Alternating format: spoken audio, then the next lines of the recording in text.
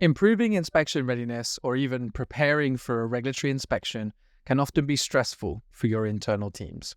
And that's why we recommend performing regular mock inspections so that you can identify areas for improvement and counter issues before the real inspection comes.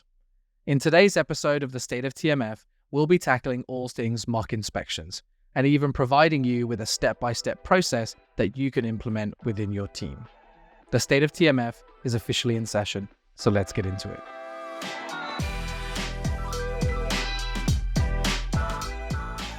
Got a really great session planned today. We're going to talk about mock inspections, something that I know is talked about often in the industry, but more from a theoretical perspective. And so today we wanted to really talk about some of the practical aspects of mock inspections and provide you guys with some tools that can be used to be able to actually plan your own mock inspections internally, depending on what the specific focus is or your goal and objective for the mock inspection. I'm joined by Christina Mantzioros. So Christina was, this is your second podcast, I think, with us, right? Already. Second already. This is episode 7, so you've already done 2 in the first batch, which is really, really cool, all focused on inspections. I know who you are, but maybe not everybody does. Maybe just give us a brief introduction to sort of you, your role at Mantzioros, and sort of that level of experience.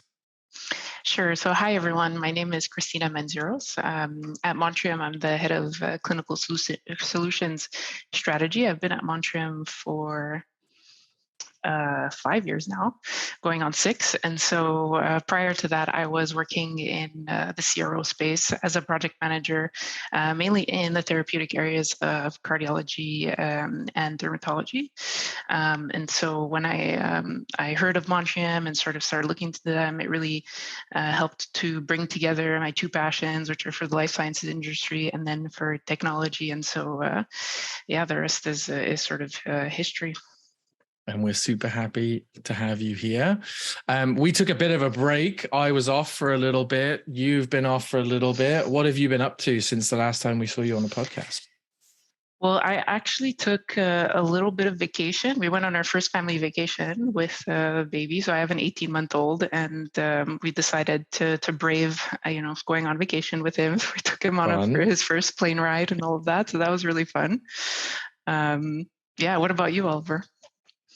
I got married last week. That was my busy time. So I've been playing airport concierge and chauffeur, bringing family back and forth, and then also getting married. So that was sort of my excuse for not turning up to the podcast a couple of weeks ago. But I'm excited and thrilled to be back. So let's jump into the session. We got a whole bunch of people here joining us today, lots of familiar faces. So it's also always great to see you guys here. If you guys have questions, please ask those throughout. We'll try and tackle them as we see them, or if we have time, we'll also tackle them at the end. So anything that's mock inspection related, throw them at us and we'll see what we can do as we go through. So as I mentioned in my kind of preamble, we're talking today about mock inspections. And so what we really want to do today is start by sort of talking about what mock inspections are, and I guess more importantly, what they are not. And then we'll start to move into talking a little bit more about how you can start to plan those mock inspections yourself and what are some of the steps you might want to go through. So if I think about what mock inspections are and ultimately what they're there and designed to achieve. A mock inspection is essentially a simulated regulatory inspection that you will do as an organization to prepare for the real thing. Now, it's not always the real thing, but that's the most common example. Maybe we've been notified that there's an inspection upcoming, or we anticipate that there's an inspection upcoming.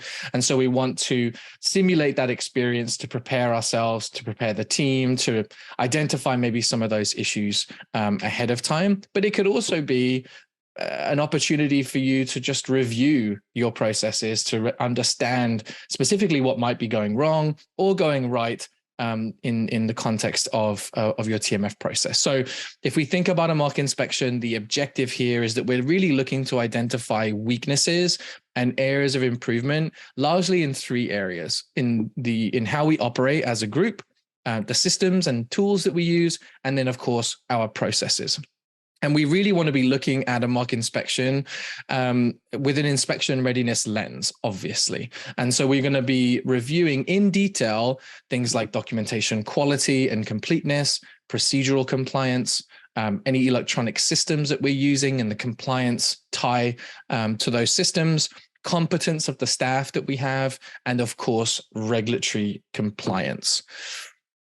Lovely quote that I think we've used 1,000 times at this point, but if you fail to plan, you plan to fail. And so these mock inspections give you the opportunity to plan and simulate a real inspection so that when the real thing does occur, you're that much more ready, your team is that much more ready, and you've been able to identify. Right, Christina, any thoughts there?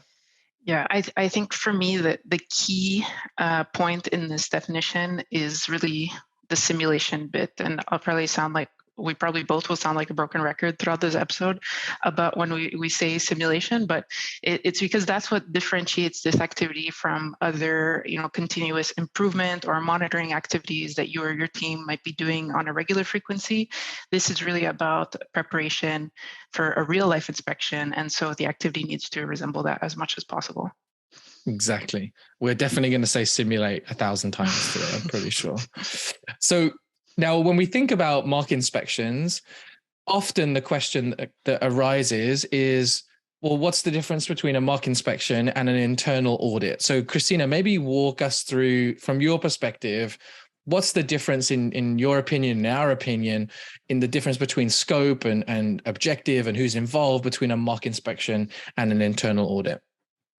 Yeah, it's a great question. I think it's really important to clarify the difference between these activities. So again, the mock inspection, really about the simulation aspect of it all. The scope is something that can be tailored in that you can select studies that will be part of the inspection and maybe even the areas of focus. So that's what's nice about a mock inspection, is that if you know that there's some areas that you're not 100% sure about, you can sort of plan that with your mock inspector that they can evaluate. And the objective is being to simulate the inspection scenario and identify areas of improvement to ensure readiness for real inspection by external regulators or auditors. And then for who's involved, in an ideal scenario, your mock inspection team would be someone you've partnered with to conduct this for you. It's ideal because this would be an independent, non-biased, third party who will see things much more objectively, like a real inspector, right? So it's still possible definitely possible to conduct a mock inspection using resources from your internal team. It's just that this will help to sort of make the everyone stay in character a little easier. Is on that note, it's important for the mock inspector not to take their inspector hats on or off, right? So to stay in character, that will be easier if it's a third party. You'll still need involvement from QA, management, subject matter experts, other operational staff, and obviously the people who are responsible for records management. So, and Christina, sorry, just to cut you off, but when we think about that sort of that potentially third party, but potentially also internal, if we don't have the ability to work with someone who comes in from an external team, what's the best role for that mock inspector who plays that role? What characteristics should we be looking for in that individual? Is it someone that's intimately aware of how everything is working and very close to it, or is it something else? Ideally, the inspector is someone who should be familiar, but I wouldn't say intimately aware. Probably someone who's familiar with your operations, but not directly involved in them. So that's why it could very well be, a QA, a member of the QA team who is obviously overseeing, the department managers and their processes, but not directly involved in carrying them out. Or it could be an external consultant. And the goal is really just to have an objective and an unbiased perspective. Right. And I guess an external, the real benefit of having somebody external is also that they're really coming in with completely fresh eyes, no sort of bias or previous experience. Maybe, when you want to try and get someone that maybe isn't directly involved, because then it's like, well, I did that well, so I'm not going to review that. That's my work. I'm going to get somebody else to do I that, mean, right? that's the thing. I think that inherent bias is easy to overlook, right? Like you might think you're unbiased, but but that's the whole problem with it, right? So yeah. So what about internal audits? Like, what do we see the differences there? So for internal audits, it's really focused on, so the scope is assessing the effectiveness, efficiency, and reliability of internal operations and governance. And the objective is to provide an independent and objective evaluation of an organization's compliance to their processes, systems, and controls. So this is really looking at, this is why it's typically could be carried out by internal QA teams, is again, they're the ones who are overseeing the processes, but not actually involved in them, so that they can audit them to see that how things are going and verify compliance. It can also be carried out by a third party, but often this is something that's done internally. And of course, you also have management involved in this. You have IT personnel, HR, and other stakeholders, depending on the nature and the scope of the audit. And this is probably more of a quality focus than sort of a broader mock inspection, perhaps. And we're not necessarily simulating the actions that we would typically take in a real inspection, like kickoff meetings and closeout meetings and things like that. We might do, but we're going to try and, with an internal audit, it's not going to be as simulated as an inspection, right? Exactly. Cool. Perfect. So if you guys have any questions about mock inspections or internal audits, like throw them in the chat, whatever. We'll try and jump into that a little bit later. What I wanted to jump onto now was talking a little bit about why we do mock inspections, if it isn't clear for everybody. So the rationale behind conducting mock inspections, I think there's a couple key things that we tend to see and what we recommend. The first is prep for your real inspections, right? Mock inspections mimic the procedures and the rigor of an actual regulatory inspection, right? So they provide an opportunity for organizations to gauge their readiness, to make adjustments before that real inspection actually occurs. It's also a really great way to identify areas for improvement. This could be something that maybe you don't have an upcoming inspection with a real regulatory agency, but you want to use a mock inspection as a tool to identify areas for improvement. So we can address weaknesses in operations or specific areas of compliance that we might want to go into in a bit more detail, where if we didn't do a mock inspection, they might go unnoticed. It's going to help you find gaps in the way that you work today. So it's just a really great continuous improvement tool. The third point is boost internal confidence.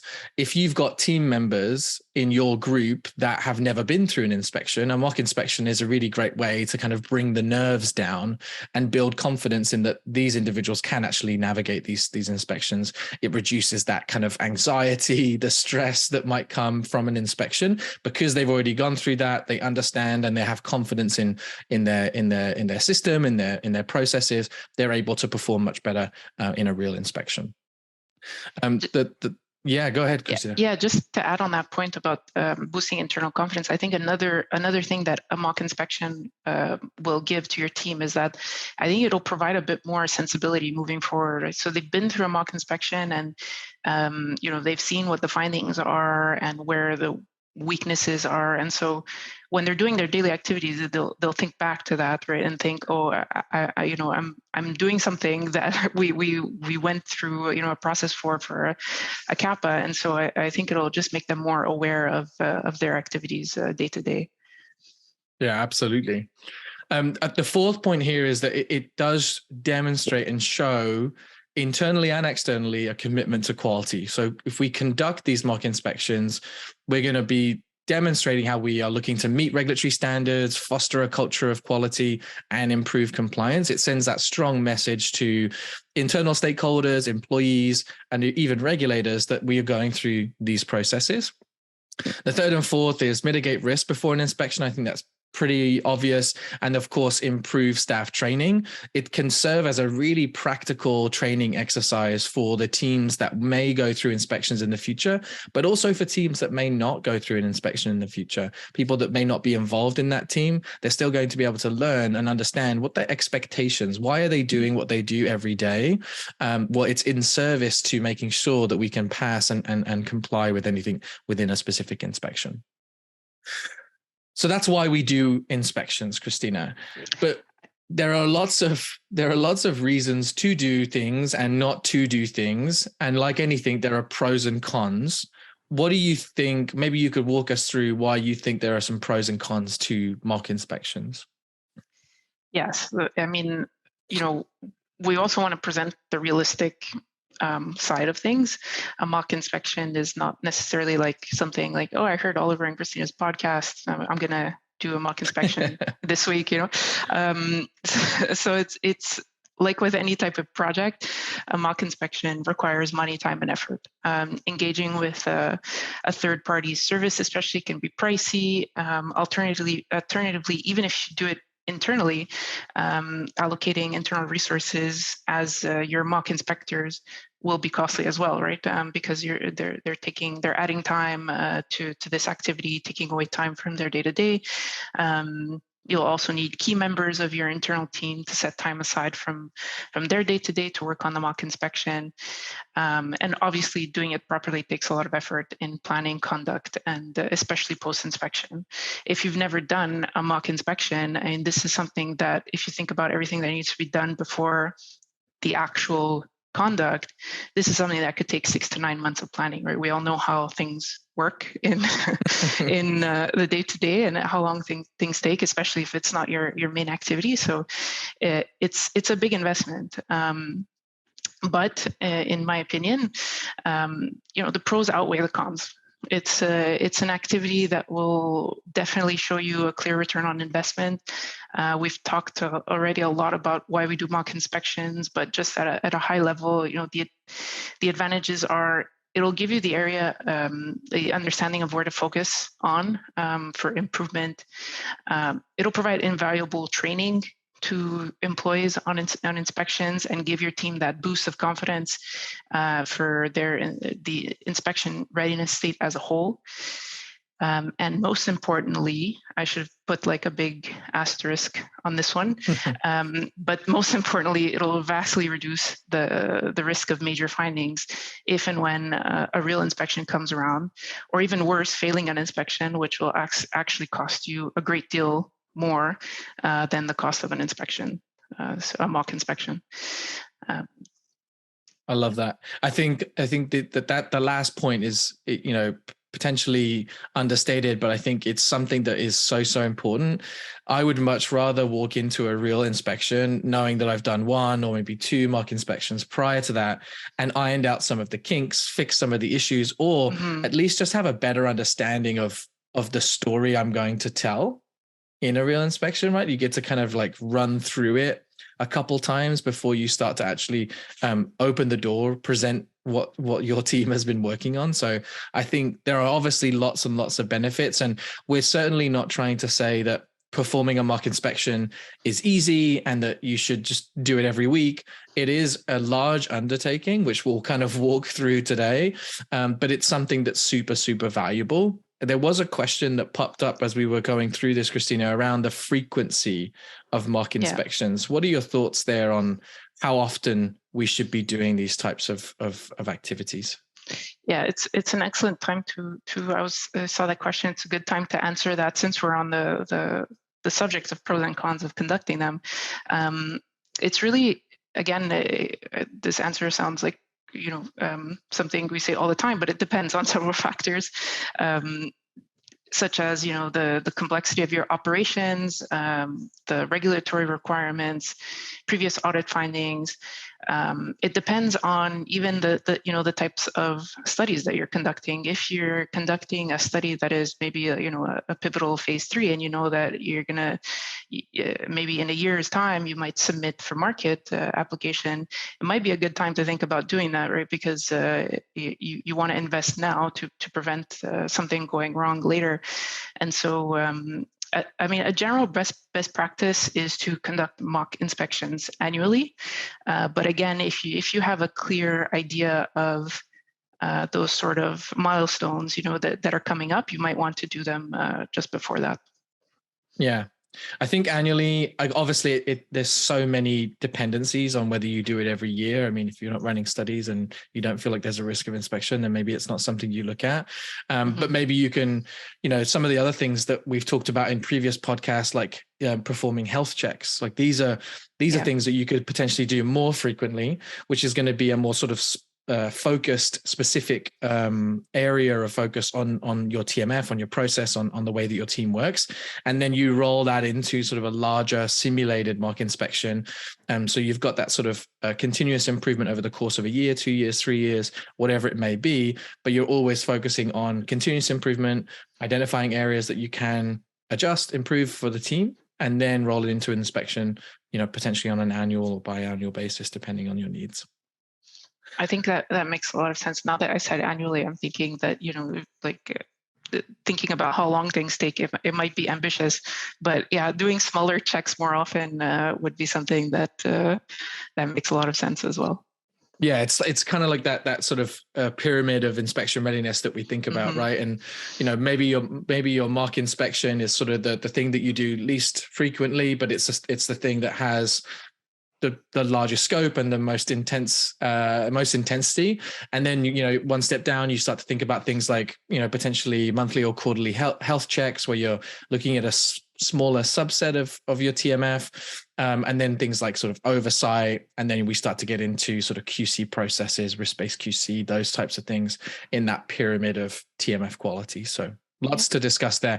So now what I'd like to do is actually give something to those that are listening and talk a little bit about the plan that we typically go through when it comes to mock inspections, the process that we typically follow. Now, we try to keep this process as general as possible, because obviously, like Christina mentioned, there's a lot of different variability depending on your situation, the team that you have, whether you're using an internal or external mock inspector, or you're working with a group. Some of these steps might change in sequence, and some of them, there may be additional steps that you want to add. But we really split this into 3 core phases: planning, execution, and remediation. Really, really important to go through each of these key phases. You don't need to call them the same as ours. They could be different. And of course, you could add other additional phases as you see necessary. But really, really important to at least cover these 3 key areas. In the planning phase, where we're starting, it's imperative that we look at defining what we're trying to achieve with the mock inspection, right? Is it to prepare the team for an upcoming inspection, or is it just to focus on a specific area of improvement that you're looking to highlight, right? Once we've defined our objectives, we're going to then use those objectives to define the scope of the inspection. Here, you're looking to define the boundaries of the mock inspection. You might be looking at specific departments, processes, or systems within your organization that need a closer review, a more detailed review. You may also, at this point, want to decide whether you're going to simulate any involvement of a CRO or sites that you work with. How are you going to do that? Do you want to directly involve those stakeholders, or do you want to simulate that internally, assign that responsibility to internal team members? And if this mock inspection is actually designed to prepare for a real inspection from a health authority, you may want to consider what health authority you're trying to simulate, because maybe that inspection will be different depending on whether it's an FDA inspection you're looking to simulate, an MHRA, EMA, and so on. And then once this is all in place and we've identified the appropriate time frame for the inspection, and just a note, like, give yourself some time to prepare. We certainly don't recommend starting the planning process and then saying we're going to do a mock inspection in 3 weeks. Some of these things take a little bit longer, and you need to make sure that you take that into consideration. Once we've identified the time frame, we want to start thinking about who's going to be involved, right? What stakeholders do we have internally that we want to involve in this mock inspection? And I think what's really important here is that you should be striving for a really diverse group with a mix of knowledge and experience that matches the inspection scope that you've looked at, right? So really trying to focus on who would be the best individuals within your organization that have knowledge of your processes and the way your team works, but also conserve the scope of the mock inspection itself. So if we are scoping this to a specific regulatory agency, who has experience internally with that regulatory agency, right? I think also at this point, it's important to start thinking about roles and responsibilities within the team. So who's going to assume certain roles? If we are simulating CRO and site involvement, who's going to play those roles? And what other roles are important to serve the mock inspection process? And then as we start to close out the planning phase, it's time for us to start building the plan for the inspection. So we'll start by looking at any of the relevant regulatory guidelines and reports. There are, for those that maybe aren't aware, there are lots of really great inspection finding reports. The MHRA has a great one, and a number of other regulatory agencies produce annual reports that describe the findings that they are providing as part of these part of the inspections that they're actually performing. Reviewing those can give you a really good understanding of what a real inspection might focus on, and that's the thing that you're trying to simulate. So that's something that I would definitely recommend looking at. And then you want to start looking at developing probably a series of checklists and informational sort of guidelines for the inspection team so that you can actually plan the execution of the mock inspection. We'll prepare all of the necessary documentation, ensure that our team has all of the appropriate accesses, right? And maybe at this point, you might want to simulate something that you might do in a real inspection, like system training, perhaps. And simulate the onboarding of an inspector in any tools that you might be going through. This is something that I remember having a conversation at TMF week. There was a really great panel, and when I think it was Claire Schenkel from Relay Therapeutics. We talked a little bit more about how when they performed their mock inspection, they actually simulated providing access to the inspector itself and identified actually some IT issues that needed to be resolved. So those are things that you can catch ahead of time. It's I think just on that point, it's really important to simulate that access, because you know, if you're using someone who already has access, if it's someone doing it internally and already has access to the system, you might not think about the steps needed, you know, to get that access. Exactly. And on that note of systems access, I think when you're defining the scope and preparing their access to the systems, it's also important to ask yourself, do they have access to everything that they'll want to see through the systems at my organization, right? We know that there exists a lot of other sources of TMF relevant content, right? And so do some records or does some data live elsewhere that I'll need to provide access to? And so ensuring that the scope is clear from the get-go is going to help to make sure that you're ready to arrange that sort of access. Yeah, it's a super good point. I think it's the last thing you want to come up against in a real inspection is having those sort of technical issues or delays in being able to provide content, right? And catching them ahead of time kind of just removes that awkwardness. Because those situations can be quite stressful, right, Christina, in a real inspection. Like if we do have issues onboarding an inspector, that can give you stress from the first minute. Yeah. And that sets you off on the wrong foot. And of course, we can recover from that, but it's just nicer if we start the inspection in the right way. We've got all the right access. We've trained the inspector properly, and we know that, you know, from here on out, everything is in place to be able to run that as needed.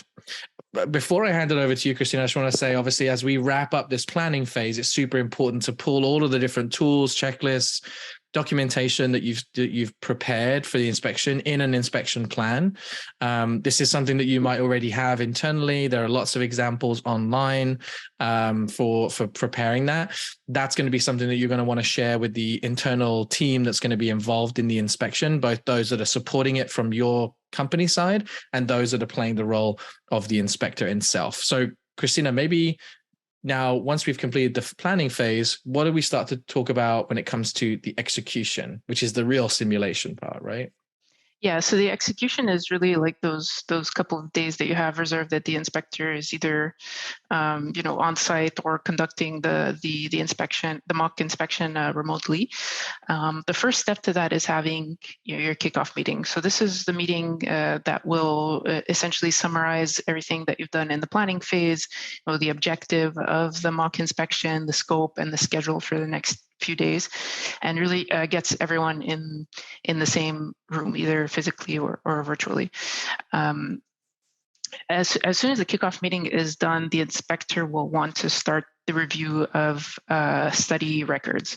They'll want to look at things like completeness, consistency, good documentation practices. They'll be looking at document quality, Alcoa principles, etc. And they'll also be doing a lot of cross-referencing or cross-checks, where they'll say, well, they'll look at your list, potentially a list of sites participating in the study, and make sure that you have all of the relevant documentation for the site personnel, etc. That's the type of review they'll do at that point, which is very study-specific, records-heavy. The next step is that they'll want to then look at your processes. So your quality system, as well as your study plans, are something that's very important, because it's what will determine to the inspector whether your employees are following the processes put in place for study conduct in general, but also for that study specifically. So looking at SOPs, study-specific SOPs, study plans, etc., and using this as their sort of guiding light in verification of compliance to those things. By this time, once they've had a look at your documentation and your processes, they'll also want to look at data and reports. So if they've been rummaging through your systems, they've probably seen things like reporting and little dashboards or graphs and things like that, and that's very interesting to an inspector. You'll probably want to, during your planning, sort of plan what they have access to, but will want to review this data, metrics, and some reports. Obviously, things like completeness, quality, timeliness metrics, if that's available. Your audit trail reports is something that's going to be very important to an inspector. So when in the planning phase, it's important to think about how they'll gain access to that, thinking about permission profiles, etc., and what you'll want them to see in your systems. A couple questions here, Christina, before you push forward. Yeah. I guess what you're saying, everybody is bought into it, because there's 1,000 questions that have just come in, so it's great. So got a question here. Should mock inspectors have access to the TMF audit trail?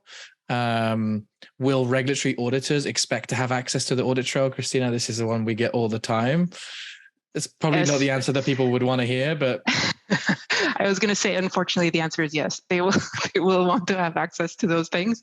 I mean, an audit trail is, we see it in all regulations, the necessity to have that built in your system, but also to have a visualization for people who are overseeing your study, but also for inspectors. So yes, they will want access to the audit trail report. How you give them access is something that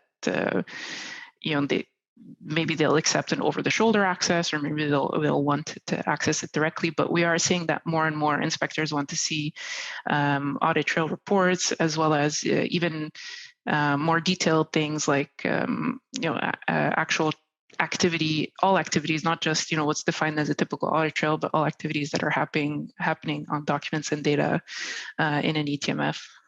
And I think that's also, as a note there, like, it's obviously very dependent on the regulatory agency. So if you remember when we talked about, defining the scope for your mock inspection, if you're defining that scope in alignment with a specific regulatory body that you may be inspected by in the future, like, do some research on the guidelines that they've specifically produced. Look at some of the finding reports that are available. That's going to help you understand how detailed they want to go into audit trails, or what level of scrutiny they're going to put on that specific area of your TMF. Like, I don't think it's necessarily bad news, but maybe the bad news is that they will want to see that. That is an expectation from all regulatory agencies. How detailed they want to go into that is generally going to be specific to which agency that you're currently looking to simulate. Yeah, I actually see a question that's sort of is along those lines. Someone asked, what are the inspectors looking at in system audit trails? And so, yeah, that's very specific to the regulatory agency. But like I mentioned, in just listening in on different sessions and conferences from inspectors, we do see that, traditionally an audit trail has been defined as a creation, modification, deletion of events that happen on final records. We see that definition is expanding a lot more now with the introduction of electronic systems, because obviously you can see a lot more, and the inspectors, some of them really do want to see a lot more. So it'll depend on who is coming to inspect, and that's something that you can ask about from the get-go, is what are their expectations related to audit trail and activity. Yeah. Perfect. A couple other questions before we move on. Does the process change much if it's the CRO performing the mock inspection on your behalf? I don't think so. I mean, in my opinion, I wouldn't say it changes all that much in terms of the process, but your involvement may change, right, Christina? Like that's typically what we might see there. Yeah, I mean, I think if a CRO, there's definitely a need for a CRO to conduct mock inspections on their side. I do see that, and much like a sponsor would simulate CRO or site involvement, the CRO can definitely simulate sponsor involvement as well, just to understand, if you have an inspection at your organization, how will you get in touch with, or how will you have your relevant sponsor representatives available for that if need be. So I don't think it changes the overall flow of things. It'll just maybe be different parties involved. Yeah, absolutely. For those of you that have asked if we have sample inspection plans or inspection checklists, we didn't prepare some for today, but let's see if we can work on something for you guys. Maybe there's some things that we can share in the future. Christina, I don't want to hold you up any longer. Let's close out the execution, and then we'll jump onto remediation. Sure. One of the important steps of execution is staff interviews. Probably one of the most stressful parts of execution of an inspection. If it's carried out much like a real inspection, we want to make sure that everyone's comfortable and understands it's a mock inspection. But if we're doing it properly, right, you'll like your employees will feel that pressure. Things will get intense, just like it does during a real inspection. And this might be a bit of a generalization, but I was one of these at a CRO, so I feel like I'm allowed to say this. But for the most part, the employees that know the most about your day-to-day operations, the ones that are in the trenches, are the ones that likely have the least experience when it comes to inspections. Okay, that's and I mean, I know that I would have needed a lot of coaching if I had gone through a mock inspection or an inspection. And so coaching and giving them the proper tools to feel comfortable during staff interviews will definitely help to put them at ease and prevent slip-ups, right? In this process, the mock inspector will call on SMEs to answer questions that would be anticipated during a real-life inspection. It'll serve to verify the information that they obtain during the documentation and process review, and also to assess the readiness of the staff to handle the pressure of a real-life inspection. Yeah. And to go back to your point about interviews, I think it kind of reminds me of like the movies where everyone gets their story straight right before they get interviewed, and not that we're trying to simulate, create a story that didn't happen or be untoward and hold things back. But if we're all singing from the same hymn sheet and we're all saying the same thing and everybody understands actually what needs to be presented, that is important, right? And so that's something that you should be thinking about in your preparation for those that may be potentially interviewed in a mock inspection or even a real inspection. Get everybody aligned. Obviously, we don't want to be misleading, but we want everyone to have the same story and present the same story. Exactly. As the mock inspection is being carried out, this is something that probably is done throughout the execution, but to take notes yourselves on the verbal issues and observations that have been communicated from the mock inspector, so that maybe you could have some internal discussions before going to that closing session, and so you're a little better prepared. And finally, during the closing meeting, the mock inspector should provide a summary of their findings and observations that might be considered non-compliant during a real inspection. At this point, they might take their inspector hat off and provide some friendly feedback on how everything went, including where your strengths and weaknesses lie. Yeah, that's a huge one. I think those two things are important, right? Like if we think about the execution phase, they're bookended by, formal kickoff and closing meetings.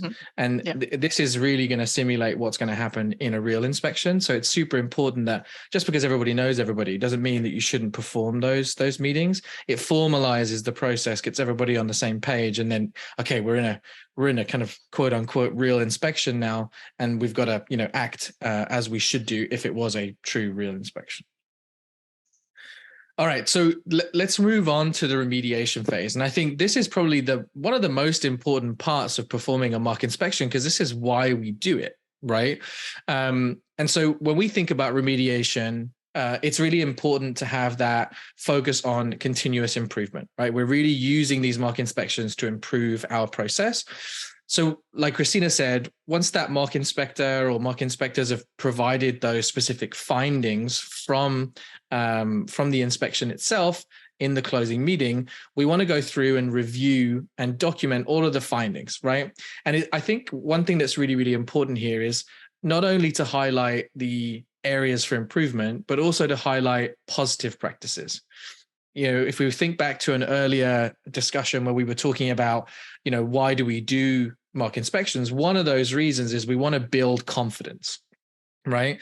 And confidence is built when people feel like they did a good job, but they prepared properly. And so I think it's important that when we're reviewing those findings that we highlight both the positive and the negative. Obviously, it goes without saying that we got to make sure that all of those findings are well documented, including whatever process or area that's been inspected, whatever issue was identified, and then any maybe initial kind of remediation measures, those sort of verbal discussions that have been had already. Then now we've got sort of all of the findings documented. We want to start flagging any issues that you may require corrective actions, right? So we might want to discuss any potential remediations within the team prior to initiating any formal CAPA processes. Just a sort of dialogue. This is something, we're not in a real inspection anymore. We're going through the process of remediation. I think it's important to have open dialogue within the team and to talk about, okay, these are the issues that we've identified. How are they connected to each other? Are there specific suggestions for how these could be remediated in the future? Any corrective or preventive actions that might be looked at? And then, of course, once we've got a consensus and we have some good ideas, we're going to then start to plan and implement any necessary corrective actions to address those issues. And of course, here we might be thinking about revising procedures, providing additional training, or even making structural changes to the way our team operates to be able to improve inspection readiness in the future. And then the final step is follow-up and review of effectiveness. So here we want to think about how we conduct an assessment of the effectiveness of any corrective actions that we initiated. And depending on any of the findings, you may want to conduct another mock inspection in the next period of time, or a health check review of a specific area, right, Christina? Like those are some of the things that we might see there. Yeah, exactly. I mean, I think like one of the things to keep in mind then for this entire process is that like the post-inspection, the time and effort that you put post-inspection is going to be a lot, right? I mean, you might think that after everything you've done to plan and conduct the inspection, you're like, phew, that's done. It's a huge milestone, right, that you've achieved. But you didn't do it for, you did it for a reason, and that's to find, where you've identified where your gaps are and how to correct them. And so there's a lot of work left to do after for the CAPAs, their respective reports, and following up with the action owners who hold them accountable and complete those in a timely manner. The biggest thing that will come out of this is that you're implementing a change for the better, right? That's the ultimate goal. You want to be able to say that the steps that you've taken have not only corrected the problems, but also prevented future issues. So that will, and all of this done in a kind of safe environment, right, before you're actually getting inspected by a regulatory authority for real. Exactly. This is not a step that you would want to rush. Yeah. Right. This is ultimately why we've gone through this whole process, is to be able to get the insights in this phase. So it's super important to make sure that you take the necessary time to be able to actually correct any of those issues that you've identified, make those changes, and obviously always have a focus on continuous improvement. I mean, a mock inspection is a continuous improvement exercise at its core. Always have that in mind as you're going through it. It can feel, for some in the team that's involved in this mock inspection, it could feel at the end of it quite negative. Maybe there are lots of issues that have been found, but it's really, really important to view those as a positive thing. Finding these issues now is much better than someone else, a regulator, discovering them in a real inspection. And it just helps us create that culture of continuous improvement internally. Yeah. On that note, Oliver, I think I see a question that's on the similar thing of what you were just talking about, which is, what if our mock inspection reveals serious compliance issues? Right. I mean, that's what it's designed for, right? Ultimately, obviously, we want to we don't want it to be a disaster, but it may be, and there may be a lot of things that we need to fix. But ultimately, I think what I would try and suggest to do is that before that mock inspection starts, brief everybody on why we're doing it. Talk to everybody about the potential outcomes. We may identify this. We may identify issues with this, and it's okay. This is just an opportunity for us to be able to improve those things so that we are more inspection ready in the future. Yeah. All right. Tons of questions. Really, really great engagement from the team here. Lots of questions about how audit trails and the level of focus of an inspector. Again, like, these are all the questions that you want to be trying to answer yourselves by reading some of the regulatory guidance, the reports that are available that are published by these different health authorities, because that's going to help you understand how you scope and define the objective and scope for the actual mock inspection itself. So as we start to wrap up today, just wanted to kind of maybe throw the ball to you, Christina, to talk a little bit about what best practices we really want people to take away from today when we're thinking about mock inspections. What are some of the things that you want people to leave, today's session understanding? Yeah, so I think just as a high-level overview of what we discussed, these should be kind of the takeaways from this episode. So the first one: clearly define your objectives right before the mock inspection begins. Ensure that everyone is clear in the understanding of what you're going to achieve. Is this to train staff, test a new process, prepare for potentially an upcoming regulatory inspection, or knowing that your study is high risk for a regulatory inspection, or simply to just identify areas of improvement. Of course, plan thoroughly. An effective mock inspection requires thorough planning, including setting the scope, assembling the team, scheduling, and preparing all of the necessary documentation. The scope is super important, so ensure it's well thought out. The inspection should cover the areas that are likely to be scrutinized during a real regulatory inspection. So again, remembering that it's as much as possible a simulation. So including things that would be reviewed, such as documentation, processes, systems, as well as personnel. Run your mock inspection as close as possible to the real thing. Or the last time we'll call this something that's simulated, but I mean, really, like, including make it formal. Do the formal opening and closing meetings, question the staff, and look at the documentation of the findings afterwards. Document everything. We like to say, if it's not documented, it didn't happen. So again, document all the aspects of the inspection, including what was reviewed, the findings, the recommended actions, and any follow-up that is required. This documentation is going to be crucial for implementing your improvements and also for future reference. Provide feedback to all the stakeholders, people who participated, maybe people who didn't. The goal is not necessarily to appropriate any blame to anyone, but to help everyone understand, where improvements can be made. And I think that this is something that is set, right from the get-go. When defining your objectives, you're not looking to pinpoint, someone is doing something wrong. You're just looking to see where the change can be affected for the better. Prompt action on findings, so act promptly on the findings of the mock inspection. This could include things such as revising processes, providing additional training, or making any other necessary changes.